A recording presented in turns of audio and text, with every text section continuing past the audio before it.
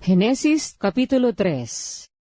Ang ahas nga ay lalong tuso kaysa alinman sa mga hayop sa parang na nilikha ng Panginoong Diyos. At sinabi niya sa babae, "Tunay bang sinabi ng Diyos, huwag kayong kakain sa alinmang punong kahoy sa halamanan?" At sinabi ng babae sa ahas, "Sa bunga ng mga punong kahoy sa halamanan ay makakakain kami. Datapwat sa bunga ng punong kahoy na nasa gitna ng halamanan ay sinabi ng Diyos, huwag kayong kakain niyaon, ni huwag ninyong hihipuin, baka kayo'y mamatay."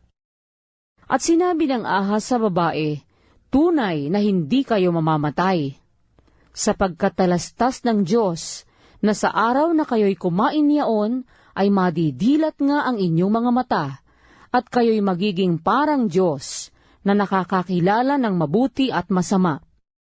At nang makita ng babae na ang bunga ng punong kahoy ay mabuting kanin at nakalulugod sa mga mata, at kahoy na mananasa upang magpapantas sa tao, ay pumitas siya ng bunga niyaon at kinain. At binigyan din niya ang kanyang asawang kasama niya, at ito'y kumain. At nadilat kapwa ang kanilang mga mata, at kanilang nakilalang sila'y mga hubad, at sila'y tumahi ng mga dahon ng puno ng igos, at kanilang ginawang panapi. At narinig nila ang tinig ng Panginoong Diyos na lumalakad sa halamanan sa kulimlim ng araw. At nagtago ang lalaki at ang kanyang asawa sa harapan ng Panginoong Diyos, sa pagitan ng mga punong kahoy sa halamanan.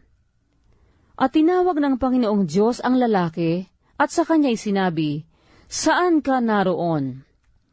At sinabi niya, "Narinig ko ang iyong tinig sa halamanan, at ako'y natakot, sapagkat ako'y hubad, at ako'y nagtago." At sinabi niya, "Sinong nagsabi sa iyong ikaw ay hubad? Nakakain ka ba ng bunga ng punong kahoy na iniutos ko sa iyong huwag mong kanin?" At sinabi ng lalaki, "Ang babaeng ibinigay mong aking kasamahin ay siyang nagbigay sa akin ng bunga ng punong kahoy at aking kinain." At sinabi ng Panginoong Diyos sa babae, "Ano itong iyong ginawa?"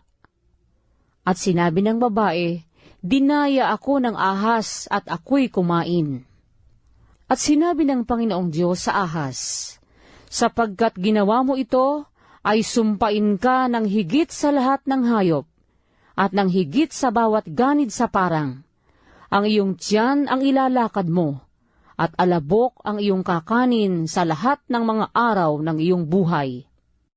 At papag-aalitin ko, ikaw at ang babae, at ang iyong binhi, at ang kanyang binhi. Ito ang dudurog ng iyong ulo, at ikaw ang dudurog ng kanyang sakong." Sinabi niya sa babae, "Pararamihin kong lubha ang iyong kalumbayan, at ang iyong paglilihi. Manganganak kang may kahirapan, at sa iyong asawa ay pahihinuhod ang iyong kalooban, at siya'y papapanginoon sa iyo."